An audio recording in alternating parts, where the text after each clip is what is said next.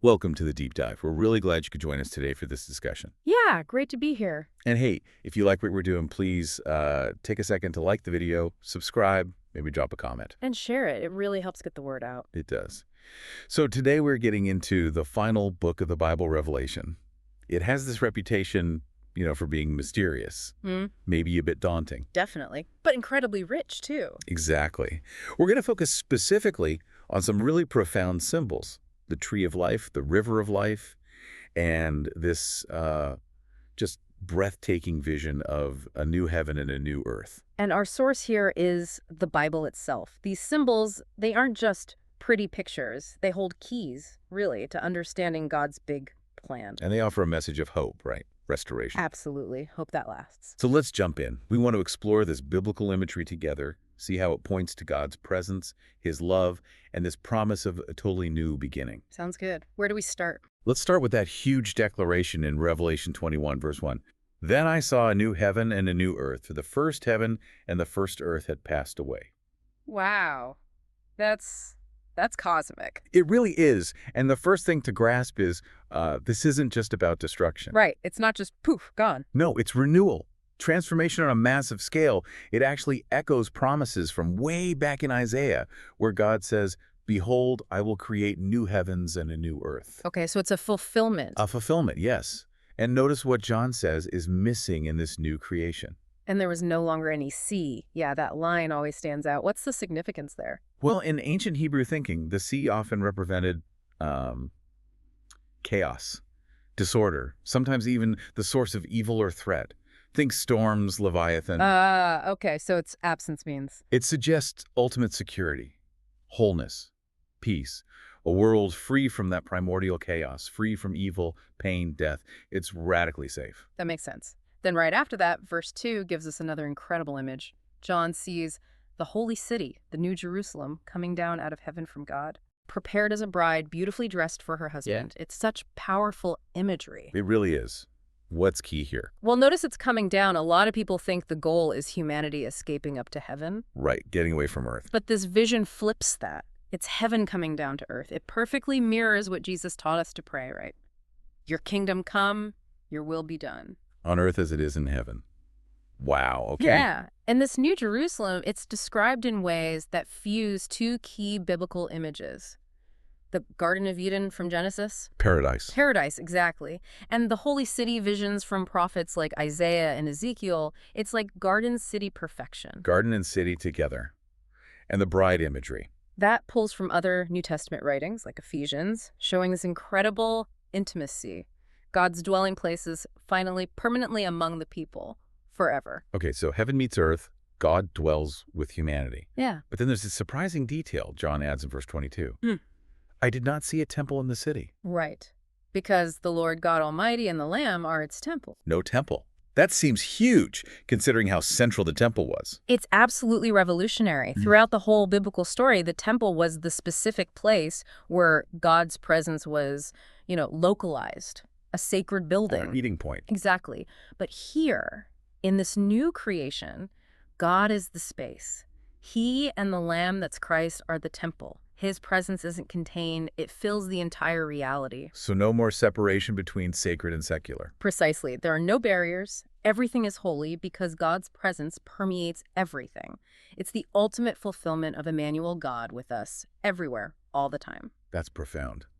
And it seems this total presence changes how human culture fits into. John says, the kings of the earth will bring their splendor into it. The glory and honor of the nations will be brought into it. Yes. Verses 24 to 26. So human culture isn't just wiped out or left behind. Not at all. This isn't about escaping culture. It's about redeeming it. Redeeming it.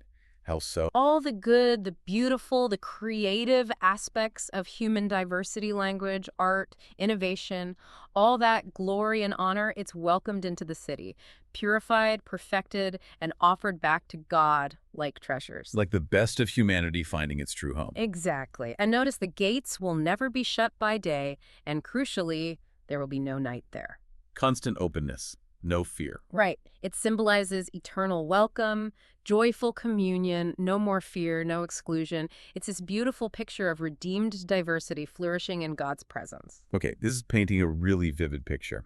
Now, moving into Revelation 22, The imagery seems to circle right back to the very beginning, doesn't it? Genesis vibes. Very much so. Echoes of Genesis 2 and also Ezekiel 47.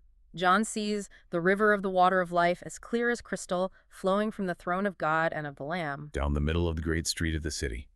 And then the tree of life. Yes. On each side of the river stood the tree of life, bearing 12 crops of fruit, yielding its fruit every month. And the leaves of the tree are for the healing of the nations. The tree of life. Yeah. Back from Eden. What's the significance here? Is it just Eden restored? It's more than just restore. You could say it's Eden expanded and perfected. Expanded.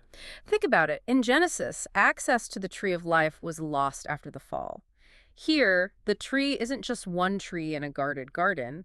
It lines the river, accessible to everyone in the city. Its fruit is constant. Its leaves bring healing. So, what was lost through Adam? Is regained and even surpassed through Christ, the Lamb. The access to God's life-giving presence is fully restored, available to all.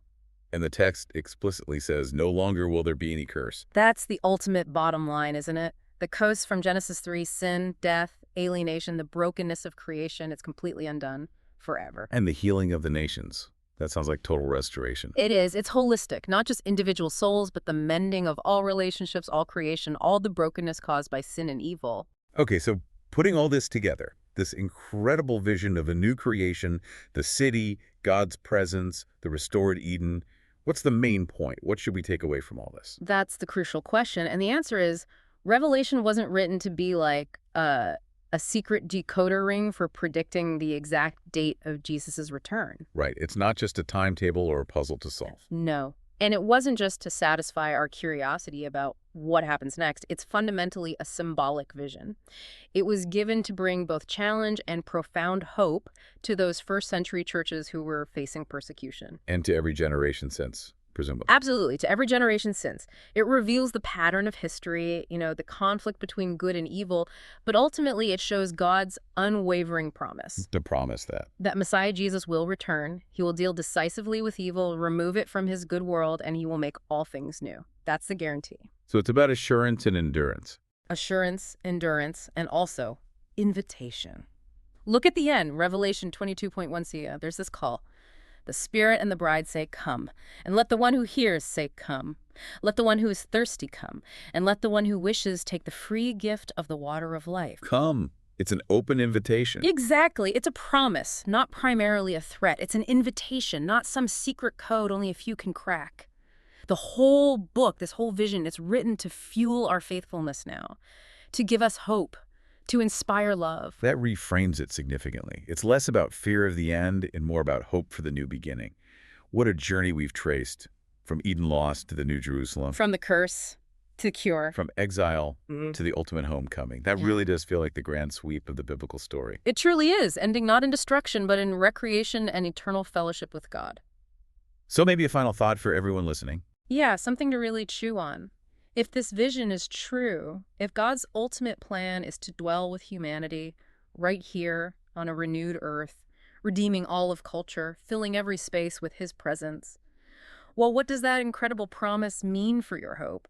And how does it shape your faithfulness right here, right now, as you live in anticipation of that future? That's a powerful question to carry with us. Thank you so much for unpacking all of that. My pleasure. It's always good to dive into these texts. And thank you all for joining us for this discussion. We hope it gave you some fresh perspective, maybe some encouragement, and definitely a dose of hope. We'll see you next time on The Deep Dive.